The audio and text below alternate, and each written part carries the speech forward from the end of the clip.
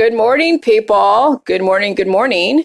It is a beautiful 30-something degrees in Ohio, and I love it. So, a real quick refresher, because I remember talking to my mom actually like a day or so ago, and I'm sending her my book because I accidentally sent it to myself. Dork me. But whatever. But we were talking about that article about that guy that suffered a brain aneurysm and then was deteriorating or aging very quickly thereafter to then get to a point of where then he passed away. And I think he was suffering from the after effects of that stroke from that brain aneurysm for about 2 years. Good morning, Donna. So aging, okay, is basically a disease in your body. So relative to how fast you age is relative to how sick you are. So this guy, he looked relatively young. I mean, before he got that brain aneurysm. And then as soon as, that stroke, that brain aneurysm didn't get reversed and he didn't do anything to regenerate his cells, his body started rapidly decaying. He was progressively getting worse and worse, which meant that he was aging at a faster rate. Okay? So aging, how fast you age, is a direct correlation to how sick you are. So if you are aging slowly, it means that you're sick, but you're not so sick to where you're laid up in bed, deteriorating rapidly, getting on the drugs, and being overseen by a bunch of different doctors. So if you're aging slowly in the system, you're managing something. You're missing organs. Maybe you're missing limbs. Maybe you're dealing with, sicknesses once a year, twice a year. Maybe you have your diabetes and your lupus or whatever under control, so you don't rapidly age, but you are still progressively getting worse. Because as you keep taking those medications to manage your symptoms, you are hitting another nail in your coffin.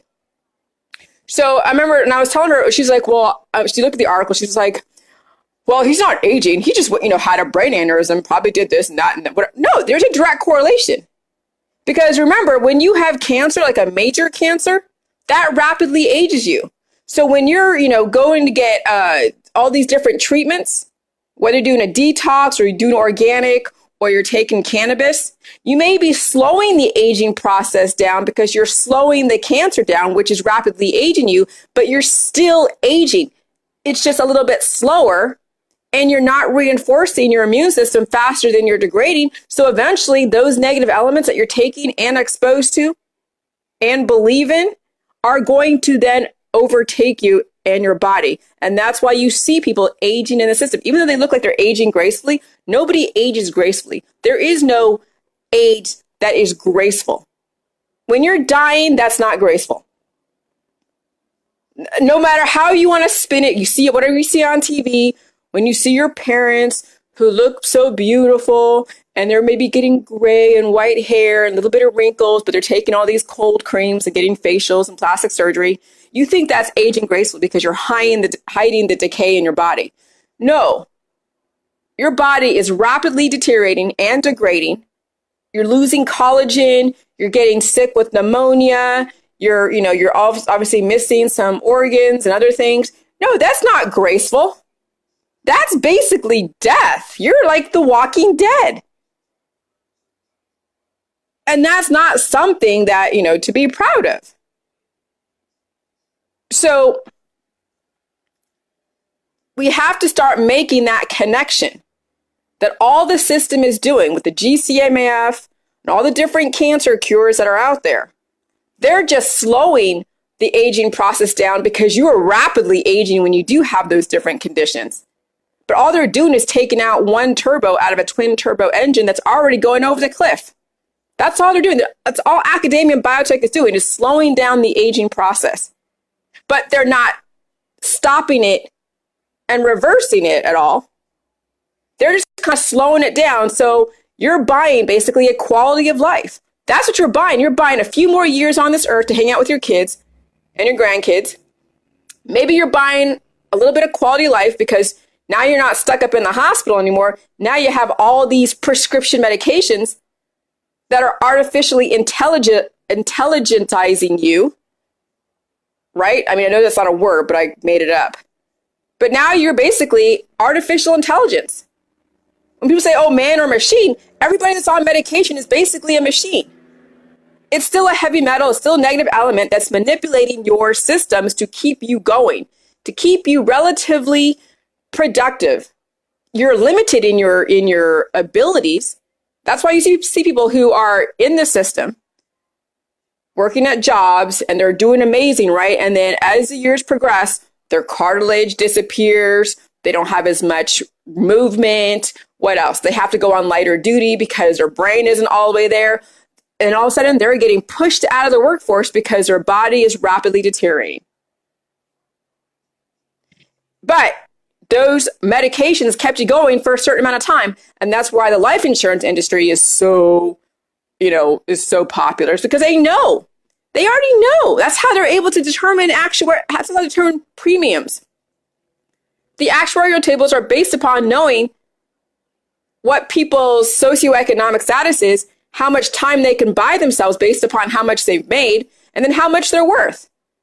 If they're only making $40,000 a year, and they don't have access to all this really, newfangled medicine, the new cures that are keeping you alive for a minute, then they know you're going to expire as soon as you get diagnosed. They know you probably have 5 years because they see it already everywhere else around you because they know that humanity is universally the same.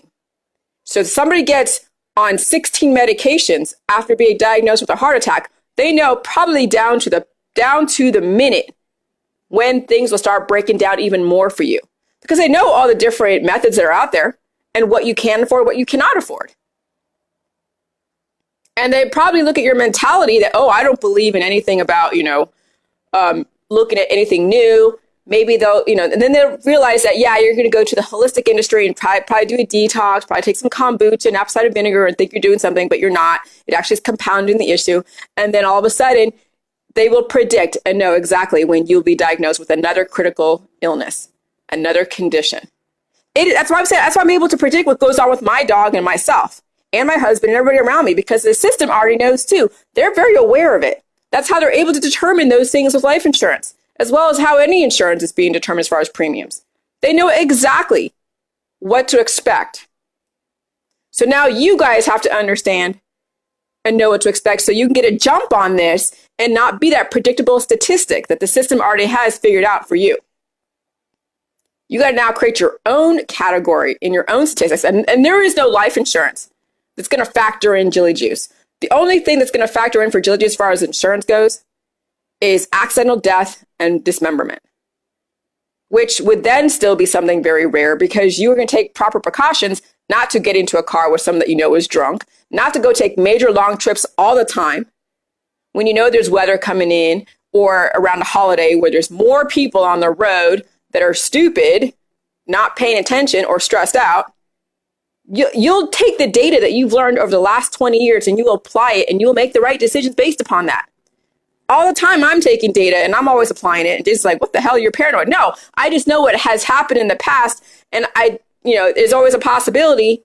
So I'm going to make sure that I factor that into my decision process, my decision-making process. But as soon as you die, all that data disappears. And you don't get to pass it on to somebody else. So that's why dying in the matrix is not revolutionary. So all these little cures and these little things that they're doing to kind of slow down the process just keeps you addicted to finding the cure because they know once something gets popular, the body is going to adapt to it and then the pain returns and your cancer returns.